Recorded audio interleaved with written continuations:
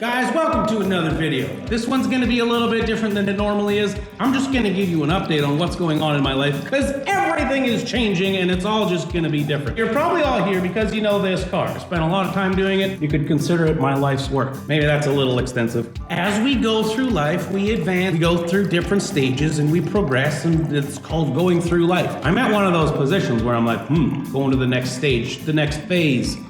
I don't know what to do with this thing anymore. It just kind of sits around at the shop and it's kind of just in my way all the time. I move it in and I move it out, and then there's like a couple things that are wrong with it, so it's kind of annoying to move around. Like clutch master cylinder leaks, and so then the clutch never has any fluid in it, and the alternators charges sometimes but not all the time, and so you're like, no, it's just kind of taxing. I don't ever drive it anymore either because it needs all this work. Now I have a lot of other dreams and aspirations that are starting to arise and like want to move on to the next thing. As you can guess, I have 1,000 projects going on. I'm in this shop. This shop was a project. This whole mezzanine right here, that's a whole new project that I was working on. I got the shop next door doing the same thing in there. That's a whole nother project. I got my other truck outside. I got more cars. I got bikes. There's just a never-ending amount of stuff that I'm working on. And now I have just discovered something new that I want to maybe get into. You ever have one of those lifelong dreams where you're like, I've been scared, but maybe now's the time to execute on it? So that's what we're thinking of doing right now. Do I execute on a new dream? Possibly. So what do I do with this thing? Write down in the comments, would you buy this thing if I sell it? If I do need to sell it, I need to get it roadworthy again. It is full road legal, it's fully licensed, it's actually a collector's car. Here where I live, it's not very expensive to register it at all. I think it was like 260 bucks for the year or something. I don't know, it's super cheap. The only thing that I need to do to make it roadworthy again is fix the suspension. It's kind of all hammered out and banged out. And I need to fix the master cylinder because the master cylinder leaks and the clutch doesn't stay. Other than that, this car is completely road legal and ready to go. I don't know if I want to sell it because I spent more time on this than anything else I've ever spent on it in my whole life. There's something to be said for like clearing house and like getting rid of stuff that you don't use. I don't know, people talk about that all the time. So I'm thinking of like, do I do some of that? But I don't know. It's a difficult decision to make. One thing I can tell you though is that I put a new drain in this floor, so that's why we're testing this out right now. I have to get a little bit on the floor just so that I can squeegee it into that drain in the floor. Hopefully it's gonna do its intended purpose. So we're just doing a little bit of an experiment right now, and we're gonna see if that drain does work. Come along, let's go check that out. Good, that looks like it works. I know it's pretty rudimentary. I don't have any of that finished yet, but it is working. Something with my whole clutch system in here is not working. Every time I go to move this thing, the clutch is completely drained, it's completely empty. So there's a leak somewhere. I do suspect it's the master cylinder on this. This whole car, if you're new here and you didn't watch the build series that I did like 10 years ago on it, this whole thing, I sandblasted the whole chassis down, stripped it completely, like full ground up restoration of this car. Truck bed liner, the whole thing, every single component inside of here in the engine. Engine's completely brand new. It's all hydro dipped and painted. It's all kind of dirty right now. Master cylinders, all this stuff, all these brackets, all this stuff, that's all powder coated with like super cool stuff. That's what my business used to be. That's what I did. This was a SEMA grade car. I never went to SEMA with it, but I built it to that spec. It was very cool. Now it's old. What do you do with old SEMA cars? Nobody knows. It's cool, freaking cool, but what do you do with it? So at the very least, what I'm gonna do right now is I'm gonna make this thing drivable so I can at least get it in and out of the shop. I can move it around. I have a few other cars and a few other projects that do need to get worked on also. But the biggest challenge is I'm looking at something new, completely wild, completely like we're going from here. This is big, but we're going to like big. Like it won't fit underneath my mezzanine in here. I don't want to talk about it too much because then if it doesn't happen, then you all get excited and then I'm like, oh, sorry, that's not happening. But if I talk about it a little bit, I'm more inclined to actually make it happen. It is going to take some work to do. It's a lot of money and I got to get some licenses for stuff. It's a bit of a deal. We'll see what happens with that. But for now, let's get this thing moving again just so I can move it in and out of the shop easily as I decide what I'm actually going to do with this.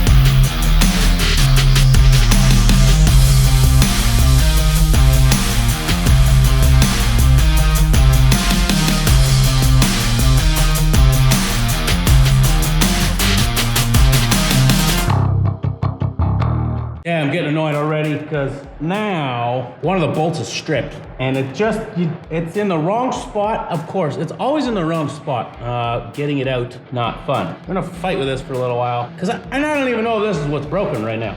I'm taking the master cylinder out because I think that's what's broken. Sure enough, there we go. See, it's leaking. That's what I thought, because I couldn't see anything leaking underneath, nothing coming on the ground. There's nothing in the engine bay. So this is leaking between where it goes on the firewall, and then right out of there, it would just bloop, bloop. And then, so I think it was soaking the carpet, and that's where all my clutch fluid was going. I actually think I have a rebuild kit for this. See, now the next question that I go to is, do I rebuild this again if it's just gonna leak, or do I just go buy a new one? There's so many decisions to make in life, guys. So many. Let's go see if I got parts at least. All right, so I look for my spare parts, don't actually have any. So I go and look online real quick. $8.50 for a new one of these. Executive decision has been made, I ordered a new one. Right off my phone, that's super handy. You're like, oh, I need a part. Look it up on my phone and I just order it. Well, that wasn't a thing when I was a kid. This super handy now, gosh. Okay, so we got parts ordered for clutch master cylinder. That's gonna come on Monday. I need to do other stuff in the meantime. One of my rock lights in here, see this? This guy right here. See how it's dark in here? Not supposed to be dark in here. If we go over here, look, it's not dark in here. Clean that off. Look, it's even less dark now. That light's not working. Turns out, I pulled this apart already. I don't know if you can see anything in here. It's so dark. Basically, the wires in there, they're all corroded. So I gotta clean all those. I gotta make that work. And then I'm just gonna be doing a bunch of little stuff on here because I'm waiting for my dad to show up because we're putting a door in that bathroom together. I've never done an interior door, believe it or not. Out of all of the things that I know how to, I can build a whole car, never put a door in before. So I waited for my dad to show up. He teaches building construction, so he knows how to do all that stuff. Fun fact, I've built all of this stuff now. And I've learned how to do that. I've never built a staircase before. Now I know how to build a staircase. Pretty cool. Built the whole mezzanine and everything up there. It's just one of those things. I was too busy building cars in my youth. Never built like wood stuff. Now I know how to do wood stuff. So this shop's a pretty fun place. I have now made it cooler than it was. It used to be completely empty. Now it looks like this. It's pretty dope. Got some more stuff planned for this. That might just become like a whole, what do you call it? Kind of like a studio, but like a showroom kind of thing. So I can take pictures there and all that stuff because I started a media company now. So if I need to do like cool pictures, and then we got the cool lights, man. Everybody's trending's got the cool lights going on. So it'll look kind of neat there. We can take pictures and whatnot and stuff there. So I do also have to address this. I'll be honest, I don't know what's going on here. It's like it's come off. This is fiberglass onto the body, like the front fenders, these physically come off. This, when I built it, it's on there. So getting that off, I guess I kind of have to cut off my fiberglass, which sucks. And I'm like, all right, I built it, I don't want to break it. If I was to fix this thing and sell it, I would want to sell it as a roadworthy thing, which means this probably has to get welded back on there and sealed back up. It is what it is, yeah. Oh well, let's keep on trucking. If we come outside for a minute here, we can talk about this guy. This project here, this is my 72 Hilux project. Oh, this one has not been worked on for a while. This was gonna be the one after my Offroadster when I was done that. I'm gonna do this guy. Pretty fun project. There, under here, there's a big motor. Gosh, it's cold. A big motor under there. Here's all the parts for that truck. But it's taking me a long time to get it all together because I keep doing other stuff and I started a new business now. Now I'm excited about this whole other new project. I don't know if that thing's ever gonna get done. I did try selling it once upon a time. Like, well, it's valuable to me, but that doesn't mean it's valuable to anybody else. And like, I just don't want to throw it away. It's the first one that they sold in Canada. Whoop-de-doo, like nobody cares, but I care. I'm like, oh, that's a cool fact. One other thing that I need to address on here is the suspension. I have gone through many different renditions. The whole trunk's just full of springs and stuff because it's factory suspension, but it's got a lift kit in there, a 3-inch lift kit, and then just the tires. That's what makes this thing so big. Everyone's like, how is this thing road legal? You put big tires on anything and it just gets bigger. It's completely road legal. There's nothing illegal about it. I built it that way so that I'd never have any problem. But the thing about it is the factory shocks of a Mazda Miata are not made to have a big heavy tire on there. So they blow out pretty easy. They're cheap. I got And I got half a dozen of them up there. I think they're 20 bucks a pop. So I was like, I just bought a lot all at one time. It just takes time to swap them all out. Don't really want to do that anymore. The wonderful world of the Miata community, because there's so many of them, and there's a bunch of these off-road ones now. There wasn't when I built this.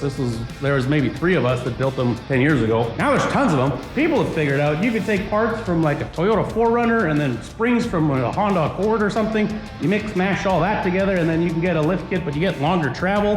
And then because it's made for a truck, then you got truck size weight available in your shock, so it doesn't blow out as fast. So I'm gonna do a little bit of research on that. I think I can get like all new suspension set up in here and everything for under 500 bucks, which is pretty good. You can buy long travel Baja suspension, all that jazz, but you're looking at like 5-6 grand, and I'm like, I don't want to spend that much money on this guy right now. I don't want to spend 5 grand on something that I'm not driving around all the time. The last issue that I have to deal with on this guy is sputtering, bucking, and kicking and whatnot sometimes when I try and drive down the road. I have not been able to figure out what that is yet. I thought maybe it was the battery was not being charged by the alternator. I've checked that, that's all working fine. It's charging just fine. I'm not sure. I've maybe got an injector that's cutting out on me or something, or there's a coil pack that just maybe is not as strong as it's supposed to be. I've pulled old plugs before, I've done all that stuff. There is a possibility that because this thing has been swamped and underwater a few times, there's just corrosion in stuff somewhere. I have the ECU, I have completely sealed. I've taken that all apart. I've weather sealed that thing. I've relocated it also.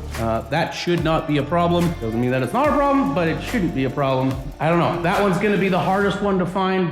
It's kind of like chasing a gremlin. I built this car at the peak of my Miata career. I had 32 of them at one time. It was a lot. I'm kind of known, used to be known as the Miata guy of Manitoba.